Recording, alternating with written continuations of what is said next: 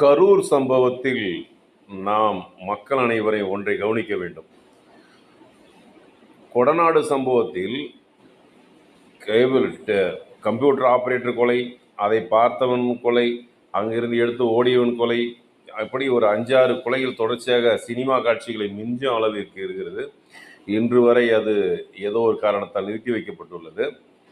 அப்படிப்பட்டவர்கள் இரண்டாவதாக எடப்பாடி என்ற ஒரு தெரியாதே அவர் கட்சி அத்தனை பேரும் அவர்களுக்கு பயந்து போயிருக்கிறார்கள். ஏற்கனவே புதுச்சேரி ஐக்கிய ஜனதா தளம் போலி கையெழுத்திட்டதை வழக்கு இங்கு சென்னை உயர்நீதிமன்றத்தை நாடி உள்ளது.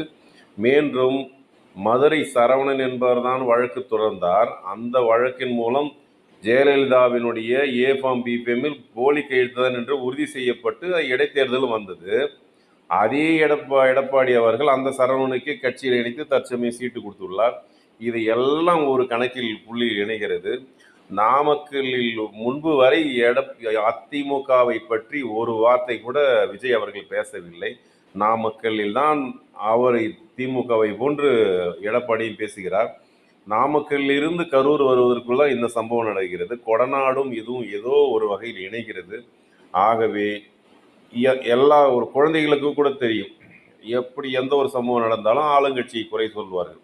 ஆனால் இதை ஆளுங்கட்சியை குறை சொல் ஒரு பார்வை இருக்கும் என்று காரணத்தினால் வேறு யாராவது சதி என்றால் அந்த சதியில் இதை அதிமுகவை சொன்னது நாமக்கல்லில். அங்கிருந்து திருச்சிக்கு வந்தது 5-6 மணி நேரத்தில் இந்த சம்பவம் நடந்துள்ளது.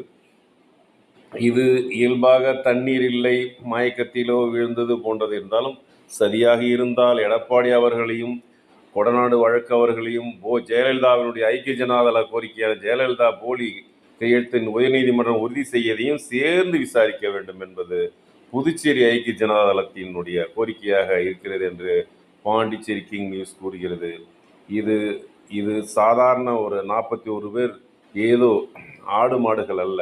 அவர்களெல்லாம் மாபெரும் தலைவர்களாக வரக்கூடிய குழந்தைகள், தலைவியாக வரக்கூடிய மாபெரும் குடும்பத்தை சேர்ந்தவர்கள். அவர்களுக்காக அவர் ஆத்மா சாந்தி அடைய வேண்டும் என்றால் இவர்களை அனைவரையும் விசாரிக்க வேண்டும் என்பது புதுச்சேரி ஐக்கிய ஜனதாதளத்தின் கோரிக்கை.